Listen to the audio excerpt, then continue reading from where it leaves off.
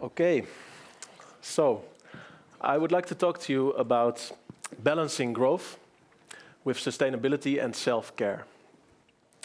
It's about my journey as an entrepreneur, of having great success, but also falling deep, finding my ways on the spiritual path, and moral ambition. It all started in my journey started in Amsterdam. At the age of 23, I went there to make it in the big city. I was very ambitious, and I've worked in the bars and restaurants for many years before, and I opened up my own restaurant in the heart of the city, like 50 meters from Dam Square. And it was a great success from day one. Many celebrities found the way to the restaurant, and yeah, it was hot, hip and happening. Yeah, from the outside, I looked like a very successful entrepreneur, but from the inside, I was yeah, pretty unhappy because it wasn't going that well actually. On my desk, the invoices piled up, and I made many mistakes because I was really young and wasn't ready actually to run a big business like that in a city where I didn't know anybody because I'm from Groningen. But I found out in that period that I was pretty creative, which what I wasn't aware of before. So it brought me a lot, and I always say if I could go back in time, I would do it all over again because I learned so much of it.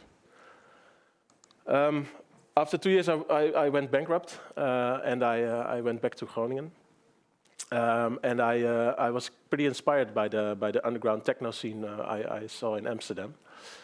So yeah, after a few years of paying my debts back, I found a partner from Leeuwarden. He was running a house techno label, music label, and we opened up Paradigm. It was a dream that I had already as a kid to run a club, my own club, and it came from the heart because I really enjoyed the music and I was really living the lifestyle. So same story. Paradigm was a success also from day one. Many visitors came from all walks of life and all cities of the country, even abroad. Many countries, many nationalities, and it was like a gap in the market because there wasn't a real techno club at the moment in Groningen, an underground techno club. So we decided to make it a breeding place for young artists. Everybody that wanted to join us was welcome. We had no restrictions, and the club was like a big canvas for them. We just said like, okay, what do you want to make, and they were welcome to do it. So yeah, it became a breeding place for talent along the way, music-wise and artist-wise. So yeah, Paradigm was a great success from day one, like I said, a breeding place, and we also founded a Paradigm Festival at the second year we were there, and the Paradigm Festival became also pretty famous around the world. And after 5 years, we decided to move to the other side of the city, to the old sugar factory terrain, where we had the chance to really grow and to also focus more on sustainability, because we could rent our own land there for it was 2.5 acres of our own festival land that we could develop. So we started building with second-hand materials. We learned ourselves how to harvest, and we got pretty famous of that. So people knew that we were using second-hand materials for decoration, and this is a nice example of that. In Groningen, you had the huisartsenpost. It's the local doctor's post, and we got a phone call, me and my girlfriend, while we were on holiday, that they were throwing away the signing. So we started scrabbling, and it was a really nice evening because Eureka, the word house was in it, and then we actually found out also the word art was in it, and we could make our new slogan, House is Art. So I was happy to see that many of you visited Paradigm before. The ones who have visited the festivals have been also on the forest stage, and they know that it's the most pretty stage of the country. Yeah, a beautiful quote is that this maple tree you see there in the middle of the stage, it became a symbol for growth of Paradigm, in my opinion, because the first action we took when we entered the terrain was to wind a little rope around the little sprout that it was back then, and now it's like it's guarding over the audience as a beautiful tree. And this is symbolic for the way Paradigm works. You know, we are planting trees every year, many of them. Sustainability has become a really core value of us. But where I want to go to with my story is that's also same as in Amsterdam. It looks from the outside that I was a successful entrepreneur and that I was making it. People looked up to me like, wow, how do you do that? You know, I want to be like you. But from the inside, I was really stuck and really unhappy for a long time because what I didn't know for a long time, when I started working in bars and restaurants at the age of 17, and after that I went to Amsterdam, I went bankrupt, and then I opened my own club and festival business. Along the way, I used a lot of alcohol and a lot of drugs, and I thought it was okay. You know, everybody's doing it; it's part of the job. I only do it to party and not daily or whatever. But yeah, I was getting addicted. I started looking for ways out. Many psychologists couldn't really help me because didn't went deep enough. So I found my way to the plant medicine, ayahuasca. It's a brew from the jungle, Amazon, which they've been serving shamans for many thousands of years, very ancient.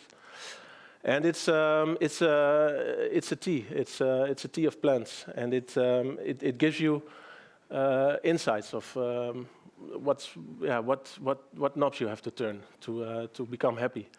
And it's like a mirror, you know. You cannot a mirror that you cannot look away from. So the moment you drink and you sit in ceremony, you'll be faced with what you have to do, what you have to change in your life to become happy. And this mirror, you know, we always look away from most of the time, because our lives are so hectic at these moments. A friend also introduced me at that time into Vipassana meditation, because I was looking for more ways to heal myself, to become happy. And Vipassana meditation has become something I practice daily now. It's a 10-day meditation course in a meditation center where you only meditate. You wake up at 4 o'clock in the morning and you meditate till 9 o'clock in the evening. You don't talk to others. You don't have eye contact with others. You just only go inside. And this meditation technique, people found out these days that it was the meditation technique that the Buddha, Gautama the Buddha, taught when he lived 2,500 years ago. He became a god later because people make religion, so he became Buddhism was made out of Vipassana. But actually, he wasn't the god when he lived. He was like a person like Jesus. He was just there, and he gave meditation teachings. He found out that if you sit for 10 days without any distraction from the outside, you become so aware of the fact that you are made out of subatomic particles, that there's no matter in the universe, no matter in us, no matter in the outside objects. Everything exists out of little vibrating balls of energy. This discovery has been scientifically proven in the 1900s. It's called quantum physics. So yeah, pretty special that this guy already knew this 2,500 years ago. And you can practice it yourself. There was a successful businessman in India in the 1980s that reintroduced this technique to the rest of the world. He built 242 centers all over the planet. And because this guy was also a successful entrepreneur, an industrialist in India, and he had such severe headaches that nobody could help him. He was on morphine injection at the last stage, morphine injections. So he went to this little monastery that kept on preserving this meditation technique for 2,500 years, the only one in the world. And he came out of his headaches. So the beautiful thing is, afterwards, he decided to sell his businesses and invest his money into these centers all over the world. By becoming aware of the fact that that we are made out of subatomic particles, that we are part of nature, that we are not separated from nature, and that nature, the law of nature is such that everything comes and grows, everything dies. This is also this is the law of subatomic particles. They arise and they pass away. They arise and they pass away everywhere. Having this understanding after these meditation 10 days, I came to the insight that we have built a wrong system. We built a wrong system because it's against the law of nature. You know, the economic system is built on eternal growth, and growth is important because we need growth to develop and to learn, etc. But eternal growth, only to provide us in our greed of having more and more and more, is just a system that is bound to become a catastrophe. So the reasons, the facts that are already there are obvious. We reached Earth Overshoot Day last year on August 2nd already, and Earth Overshoot Day is the day when we used all the resources the planet has to offer for our need of consumption, for our greed of consumption. And it's coming closer every year, and there's nothing changing. In Holland, we reach Holland Overshoot Day already at April 1st. So if we continue in this system, we already need 1.7 Earths in the world, if you look at these figures. In Holland, 4 Earths already. So if the planet would look like Holland, we would be lost already. But if we continue like this, we need 2 Earths in 2030 and 3 Earths in 2050. So it's time to change, and I think that change is possible. It was also an insight I got at one of these ceremonies I spoke earlier about, these plant medicine ceremonies. These are given by indigenous people from the Amazon, shamans. They have the ancient knowledge because it's from generation on generation given to each other. And these people are only 5% of the world population at the moment are indigenous, but they protect 80% of the world's biodiversity. So think about that. We in the West, we lost our contact with our ancient cultures completely, and there's almost no biodiversity left anymore in the Western world. So the planet is heating up, food production is at risk, species are getting extinct, you name it. So the solution to heal the planet is there. Bring back biodiversity. So let these people learn us how to do that, because they are protecting 80% of the world's biodiversity at the moment. Only such a little group of people, such a big amount of nature they protect. But what are we doing instead? We are chasing them for their lands. We are killing them because we want to take their lands and to grow corn or maize, to feed our cows, to eat. It's ridiculous, and we should give these people a stage to to share their knowledge. And vice versa, we should help them not to make the same mistakes we did. So, life comes in cycles of 7 years.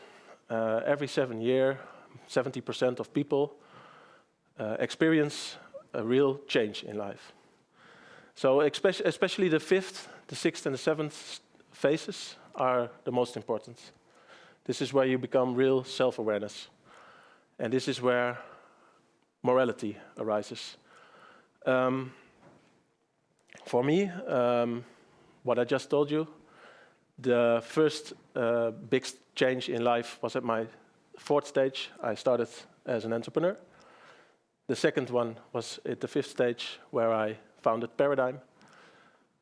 The one afterwards, I stopped drinking alcohol and using drugs. I've been clean now for 7 years. And the last stage is now, at 42, and I'm standing here to share my story with you. So I stopped as an owner of Paradigm in January this year, because I really felt that I needed to do more. I really felt moral ambition to make the world a better place, to change the way we live, change the way I live, and try to share the story and inspire others. And I really want to ask you, do you ask yourself the questions, am I doing the right thing daily or sometimes? Am I doing the right thing? Am I helping others? Am I helping nature? Am I serving the city where I live? Am I serving my neighbor? Am I being good for myself? This is what I decided to do, and that's why I started now my new business, The Art of Anomaly, where I only focus on social impact. And I would like to to end with a sign saying, and that's on my shirt, and it says, "There's no music on a dead planet." Thank you.